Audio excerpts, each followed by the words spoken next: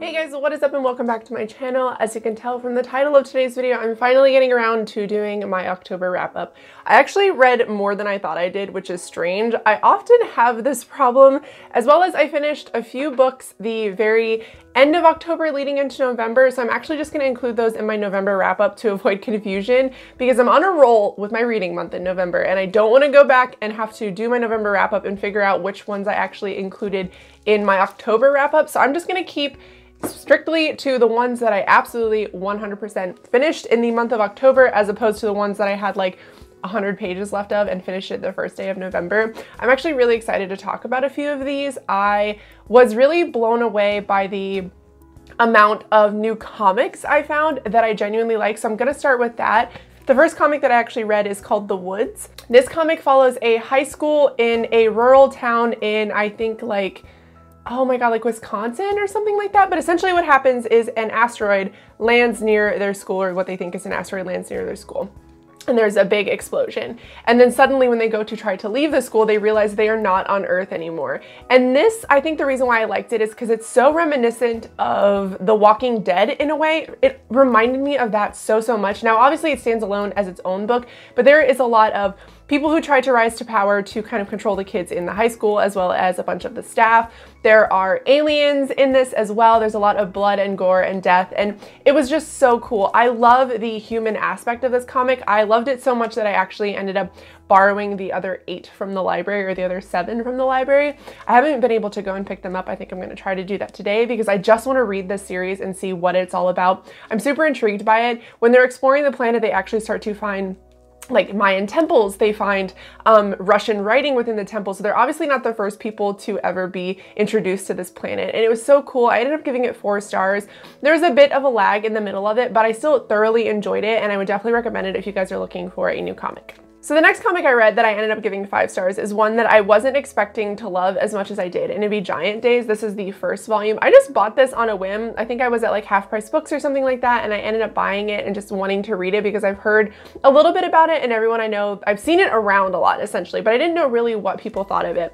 But this follows 3 girls, and they are starting at university. It is their first year there, and they just are kind of thrown together, but they develop this really cool friendship. And the reason why I really like this is this book does kind of follow some social justice issues, but it's more so just about the girls learning who they are and what they want to do and what they're all about, and I just really liked it. I liked their friendship. I liked the storyline. I'm really excited to read the rest of them. I think I'm just going to end up buying them because I was so blown away by this one that I think I just want to own the series, and that doesn't often happen, but this is definitely a 5-star read for me, and if you guys haven't read it, I would pick it up. The next 2 comics I read, I'm not going to linger here for too long, would be Saga Volume 4 and 5.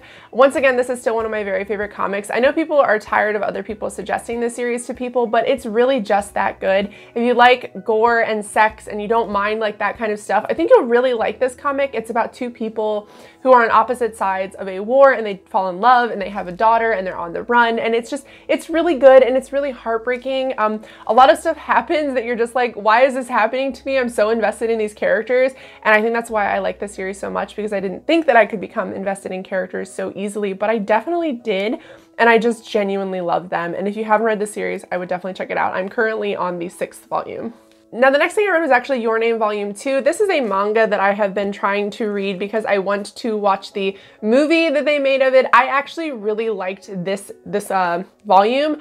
The first one, I think I gave 3 stars. It was like building up to something, and I wanted to see what it was building up to. And this one definitely delivered. You get a little bit more backstory on kind of what happens, and it's so good. I really feel for the characters in this, and I want to know more kind of what's happening and how what is happening is happening.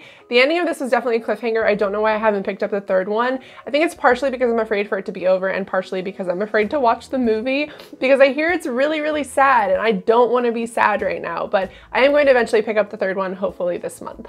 Now, the next book that I want to talk about is The Extinction Trials by S.M. Wilson. We actually read this for a quarterly book club. I'm including this in my wrap up because I did get 260 out of like 340 pages into this book before I DNF'd it, and then I actually sold it, which is why I don't have a copy of it anymore. If you guys want, I'll link the unhaul that I did up above so you guys can watch it, where I kind of go over in depth why I really didn't like that book. But essentially it was marketed as Jurassic Park meets the Hunger Games, and I don't really care about the Hunger Games, but I love Jurassic Park, and the book just really fell flat for me. I ended up giving it 1 star. It was a very hard book to stomach. I didn't like the interactions with the dinosaurs. I didn't like the dinosaurs at all when they were actually in the book, and that's like what I really craved from the series. I didn't care about the characters. I didn't care about what was happening.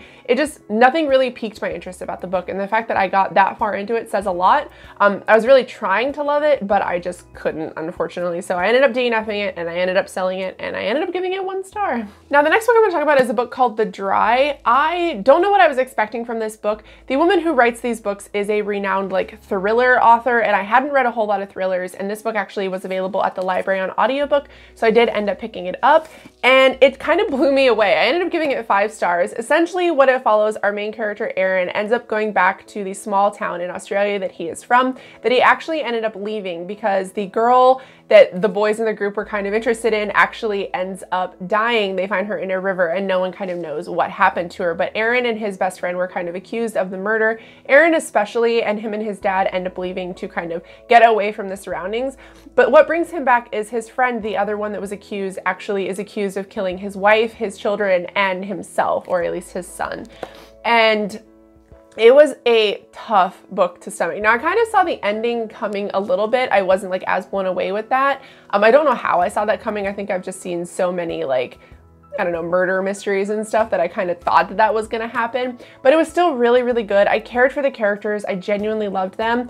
I actually really want to read the next book as well that Aaron is in, the main character is in, because I just loved the narrator of that book as well. I just loved Aaron as a character too. I think that he's very relatable and very like, I don't know, just genuine in a way. It was really, really good. If you guys are looking for a thriller to read and you guys don't really know where to start, I would definitely start with The Dry. Now, the next book that I actually read, I really enjoyed. I read this with Bow Ties and Books Jessie, and I kind of talked about it with Rhiannon, and I also buddy read it with Dee. I'll leave all their channels down below. I'm really excited for this book though. It would be Sawkill Girls by Claire Legrand. I didn't know that I was gonna love this as much as I did. I actually ended up renting it from the library, but I think I'm gonna go and buy it because it really sunk in. Like I just inhaled that book. I was so into the story. I was so into the atmosphere. Essentially, it follows 2 sisters and their mom who moved to a small town called Sawkill.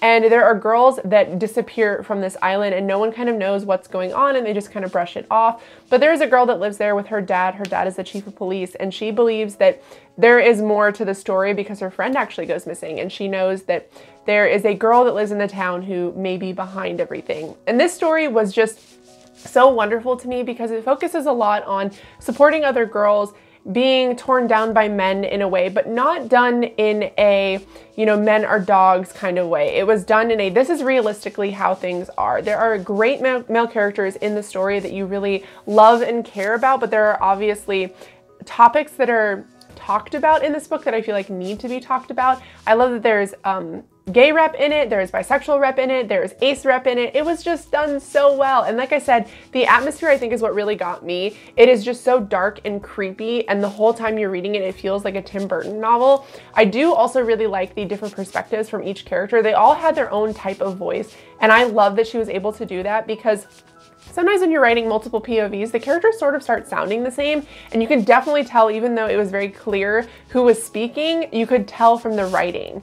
A lot of the characters, when they were introduced or when it was their chapters, the very vibe of the book changed, and I loved that. I inhaled this book, and if you haven't read it, I would definitely recommend it. Now, the next book I read, well, I actually listened to this one. I got a copy from the library. I blew through this pretty quickly, but it'd be Gwendy's Button Box.